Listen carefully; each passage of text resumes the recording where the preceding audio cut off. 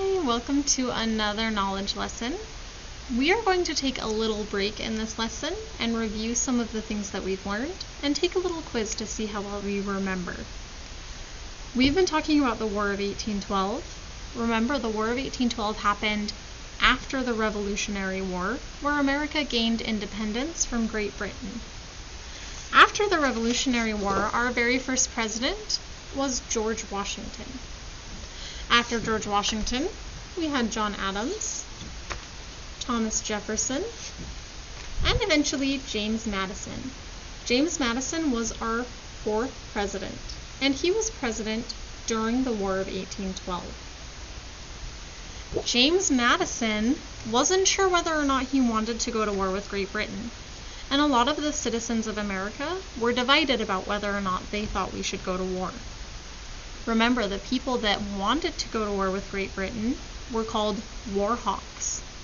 They wanted to go to war with Britain because the British Navy was impressing soldiers or forcing them to join their navy.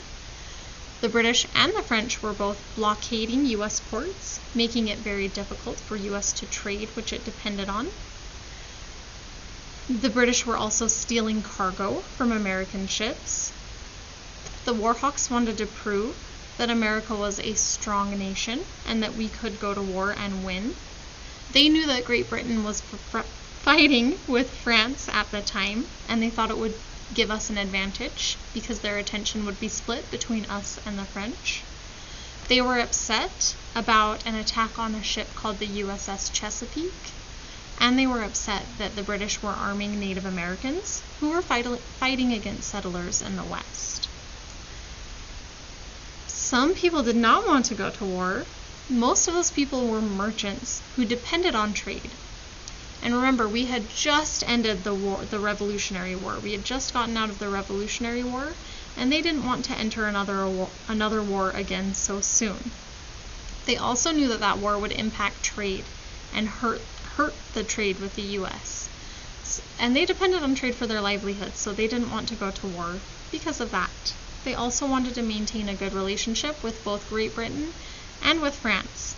But if we went to war, we'd have to pick a side and lose the relationship with one of those countries. Eventually, Mr. Madison had no choice and eventually had to go to war. We talked a little bit also about James Madison's wife, Dolly Madison. Dolly and James Madison were a little bit different. Remember, James Madison was very shy and quiet, and Dolly Madison was very outgoing and friendly. She was a very good hostess in the White House. She was also the first wife of a president to be given the title First Lady. Another thing that we learned about so far that I want to talk about just a little bit is the ship, the USS Constitution. Remember, the Constitution of the United States was a very important paper that James Madison helped write and is called the father of. The Constitution outlines our government and how it should work. The USS Constitution is not a paper, it was a ship that was engaged in battles during the War of 1812. Do you remember why it's called Ironsides? It's called Ironsides because it had very strong, tough sides, and when the British fired cannonballs at it, the cannonballs bounced off of the sides and did not hurt the ship. It did not sink. I'm going to read you a poem that was written by a very famous poet named Oliver Wendell Holmes. He wrote an ode to Old Ironsides. An ode is a poem that praises someone or something and showcases all of the good things about it. So listen carefully. I'm going to keep that picture of Old Ironsides up while I read this poem. I tear her tattered ensign down, long has it waved on high, and many an eye has danced to see that banner in the sky. Beneath it rung the battle shout, and burst the cannon's roar. The meteor of the ocean air shall sweep the clouds no more. Her deck once red with heroes' blood, where knelt the vanquished foe, when winds were hurrying o'er the flood, and waves were white below.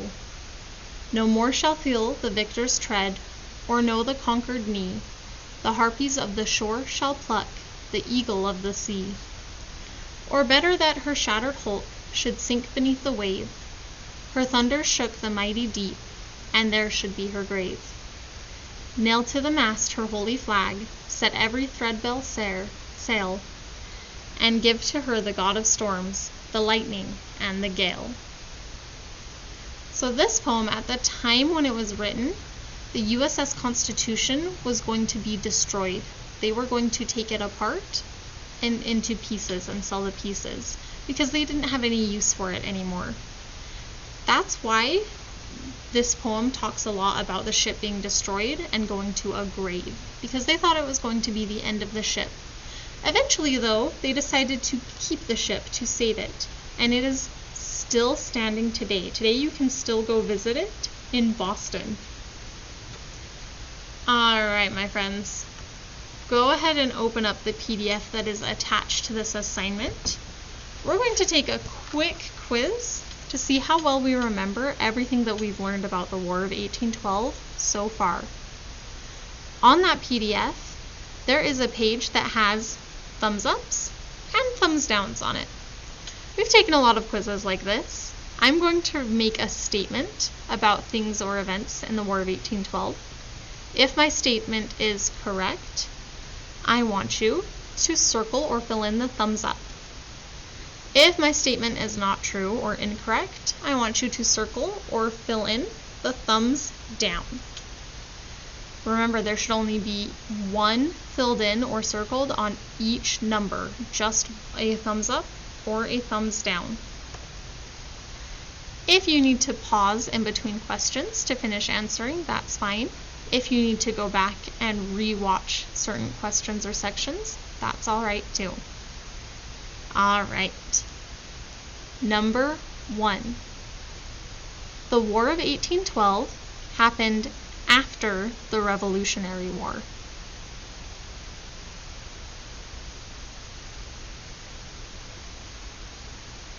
Number 2.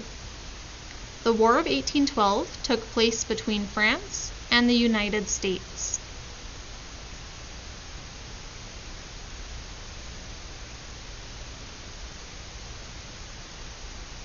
Number 3. When it was a young country, the United States traded only with France.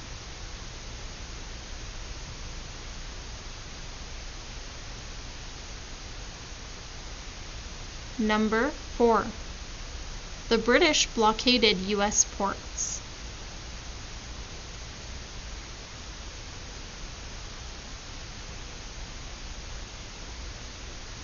Number 5. The British seized or captured U.S. ships.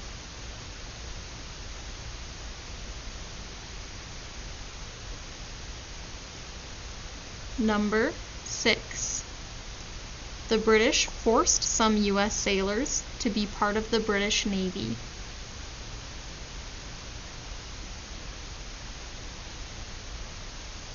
Number 7. The British did not give Native Americans weapons.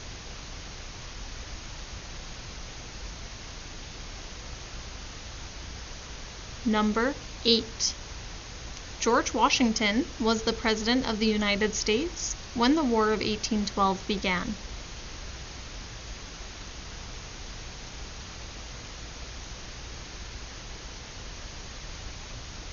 Number 9. A group called the War Hawks wanted to declare war on Britain in 1812.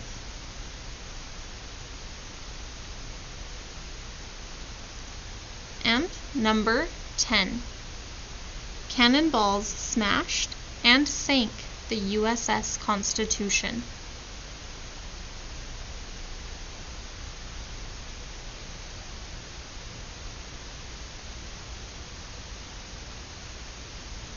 Alright, my friends, when you are finished answering all of those questions on that assessment, go ahead and turn it in on Cami, and that is all you have to do for today. I will see you next time.